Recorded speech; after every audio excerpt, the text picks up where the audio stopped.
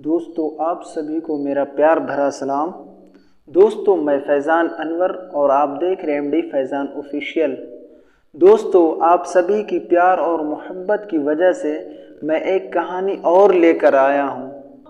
دوستو کہانی کچھ ایسی ہے، کسی زمانے میں ایک بہت بڑا سا بادشاہ تھا اور ان کے گھر بہت ہی زیادہ خوبصورت تھے، اور ان کے گھر کے بغل میں نہر، تالاب، وہ خوبصورت سے باغیچے، اور ان کے چند بہت ہی زیادہ درباری کام کرتے تھے۔ لیکن اگر دور سے دیکھا جائے ان کا محل اتنا بہت ہی زیادہ خوبصورت تھا، لیکن اس کے بغل میں ایک بڑھیا کا جھونپڑی تھا۔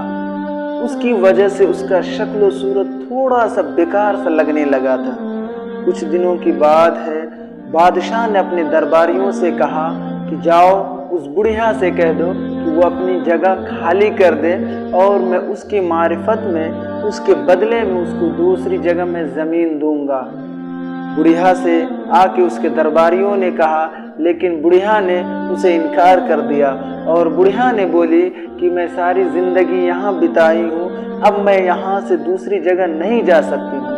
کچھ دیر کے بعد بادشاہ کے درباریوں نے آ کے کہا، بادشاہ سلامت۔ اس بڑھیا نے وہاں سے جانے کو انکار کر دیا۔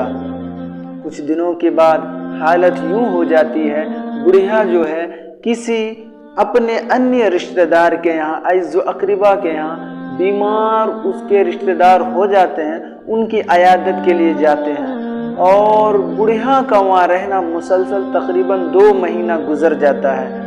اور کچھ دیر کے بعد بادشاہ اپنے ملازم اور نوکروں اور غلاموں کو ایک بات کہتا ہے کہ یہ بغل میں جو ہے ایک محل تیار کرو اس کے آنے سے پہلے۔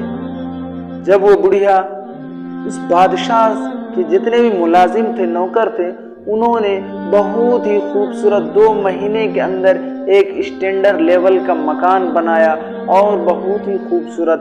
جب بادشاہ گھر سے باہر نکلا اور کچھ دور پہ جا کے دیکھا، اور دیکھنے میں بہت ہی اچھا نظر آ رہا تھا، ادھر مکان زبردست انداز کے، اب بغل میں نہ جھوپڑی ہے نہ ہی اور کچھ، اس کا جو ہے چہرہ یعنی گھر کا جو لک ہے بہت ہی اچھا دکھنے لگا۔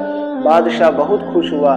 کچھ دیر کے بعد جب بڑھیا وہاں پہ آتی ہے 2 مہینے کے بعد، اور دیکھتی ہے ہمارا کٹیا کہاں چلی گئی جو ہمارے فوس کے گھر تھی، لوگوں سے بڑھیا نے پوچھا کہ بھائی یہاں پہ میرا جو کٹیا تھا اس کو کس نے کیا کیا؟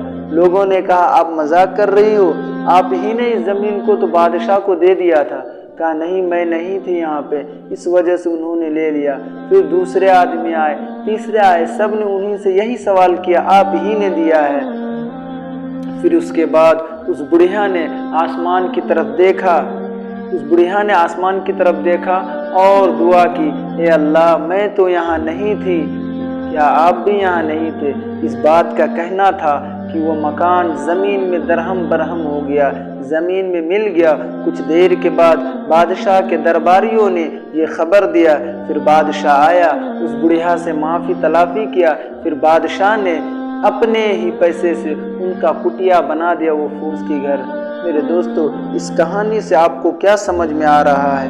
میرے دوستو اس کہانی سے ہمیں یہ سمجھ میں آیا ہے کہ اگر اللہ تعالیٰ نے ہمیں مالداری دی ہے اور قوت اور طاقت دی ہے، توانائی دی ہے، ہم کسی غریب پر ظلم نہ کریں۔ اگر ہم کسی پر مہربانی شفقت کرتے ہیں تو اللہ تعالیٰ بھی ہمارے اوپر مہربانی و شفقت کرتا ہے۔ نبی اکرم صلی اللہ علیہ وسلم کی ایک حدیث ہے، اتق دعوت المظلوم، مظلوم کی بد دعا سے بچو۔ مظلوم کی بد دعا جا کے سیدھے عرش میں ٹکراتا ہے اور وہ دعا اس کو ہلاکت کر دیتی ہے۔ میرے دوستو ایک حدیث ہے، اگر تم زمین والے پر رحم کرو گے تو آسمان والے تم پر رحم کرے گا۔ اور ایک نبی اکرم صلی اللہ علیہ وسلم کی ایک اور حدیث ہے، من لا یرحم لا یرحم، جو رحم نہیں کرتا اس پر رحم بھی نہیں کیا جاتا۔ امید ہے کہ یہ ویڈیو آپ کو اچھی لگی ہوگی۔ اگر اچھی لگی ہو تو اپنے دوستوں سے ضرور شیئر کریں۔ تب تک کے لیے ملتے ہیں اگلی ویڈیو۔